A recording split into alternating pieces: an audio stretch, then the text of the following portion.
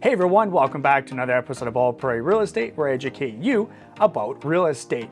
My name's Matt, that's Matilda, and today we are talking about the top 5 mistakes that first-time homebuyers make when they're looking to buy a house. If you want a comprehensive breakdown on what to expect when you're buying a house, well, right here, this video right above Matilda's head here is going to be my first-time homebuyer's guide. I'm also going to put a link to that in the description so you can check out that video there. It's a full kind of start to finish what to expect when you're buying a house in Canada. But before we get into these top 5 first-time homebuyer mistakes, let's start off with another terrible joke. And Tilly already doesn't like this one. Look, she's laid down because she doesn't want to hear this joke. But did you know, before the crowbar was invented, crows had to sit at home and drink alone? Okay, please give me a better joke than that, so at least Matilda will sit here nicely and listen to these jokes, because that was terrible. Like this video if you like it, and please subscribe if you haven't already.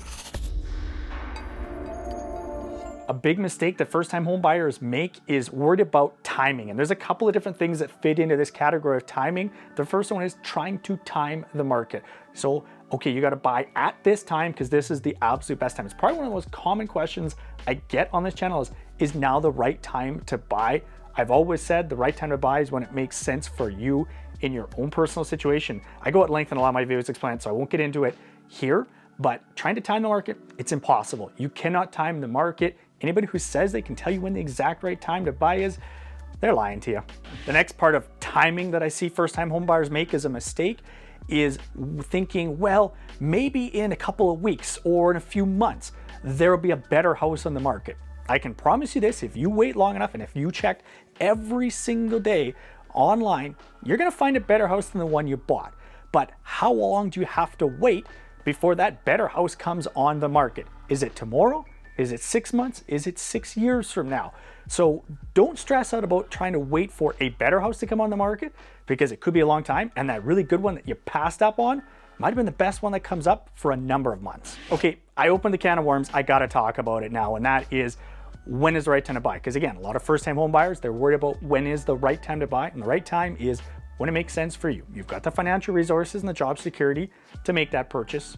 You're gonna be in that house long-term. In my mind, that's 5, preferably 10 years, and this house is going to improve your lifestyle. Because if those 3 things are not true, and of course, what improves your lifestyle is a very subjective question, but if those aren't true, it's not the right time to buy.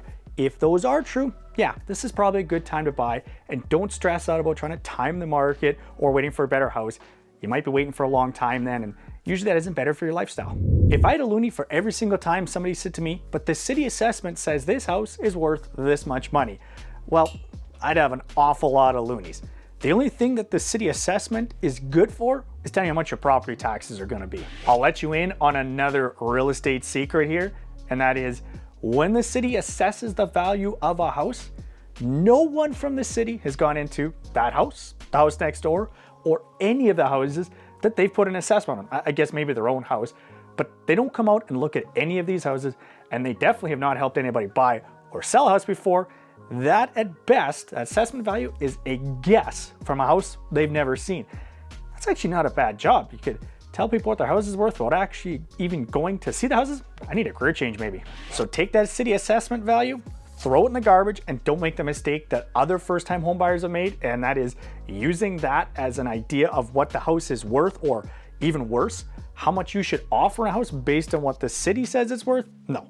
Don't do that. Don't make that mistake. One thing that I've started doing with my own first-time home buyers when I first meet with them is explaining to them that when we do a home inspection, you're probably going to feel kind of crappy about the house after you get that home inspection report back, because everything the home inspector is going to tell you is all negative. They're not going to tell you about what's great about the house. That's my job. You hired them to tell you about what's wrong with the house. Like I said earlier though, no house is going to be perfect. Every single house, no matter which one you pick, when you do a home inspection, that home inspector is going to find things with it that need to be fixed, repaired, or replaced. So just expect that going into it, that's what's going to happen.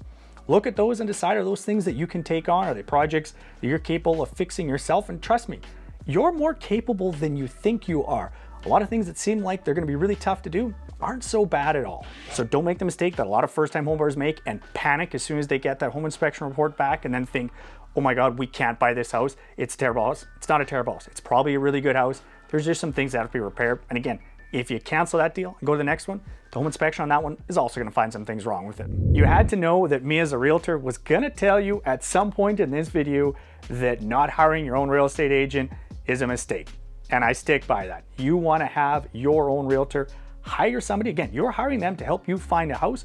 So go through and interview a couple agents, talk to friends and family who bought a house recently, but you want somebody that is there to represent you and your best interests. So the big mistake that a lot of first-time homebuyers make is they just go online and they find a house they like, they book a showing with the selling agent, and then when they get there, they say, well, okay, if I use you, it's gonna be cheaper, right? Because then the seller only has to pay one real estate agent. Nope. That agent, they're gonna make twice as much money because they're gonna get the full commission. They don't have to split it with anybody else. So you're not gonna get a better deal by going directly with the selling agent.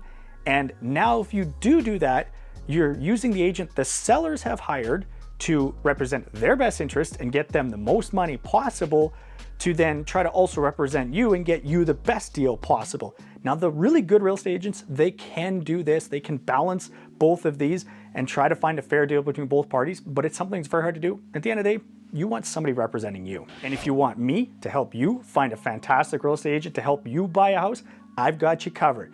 You're gonna see a link in the description of this video, not only to my contact information, but to my calendar where you can book me in. I'll give you a quick call. We'll chat about what's important to you, and I'm gonna get you set up with a real estate agent that I know in your market that I promise you is gonna represent you and find you a great house. Now we're at number one on the biggest mistakes that first-time home buyers make, and that is not being prepared.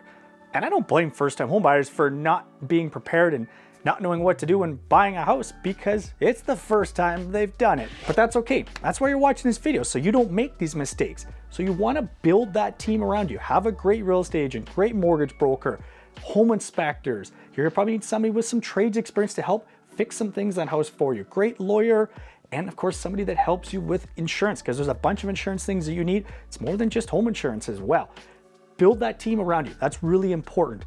And then the next thing you want to do is make sure that you are actually pre-approved and you have all your finances ready to go. So that means you've got that pre-approval letter, but also your down payment, you've got it all saved, you've got it in a bank account, it's ready to go. Because if you find the house the first time out, and I know first-time home buyers, you want to get out right away and look at houses, but I've had this before where buyers have gone out, we've started looking at houses, and they haven't done the prep work. We find one, and now we can't make an offer on it because we don't know if we have enough money or not. We don't know if we're going to get approved, or even worse, we get an offer accepted and then we find out there is a problem with the financing and they can't actually buy a house. Maybe it's going to be 6 months before they're ready to buy a house. So don't make that mistake that a lot of first-time homebuyers make and just go out and start looking at houses.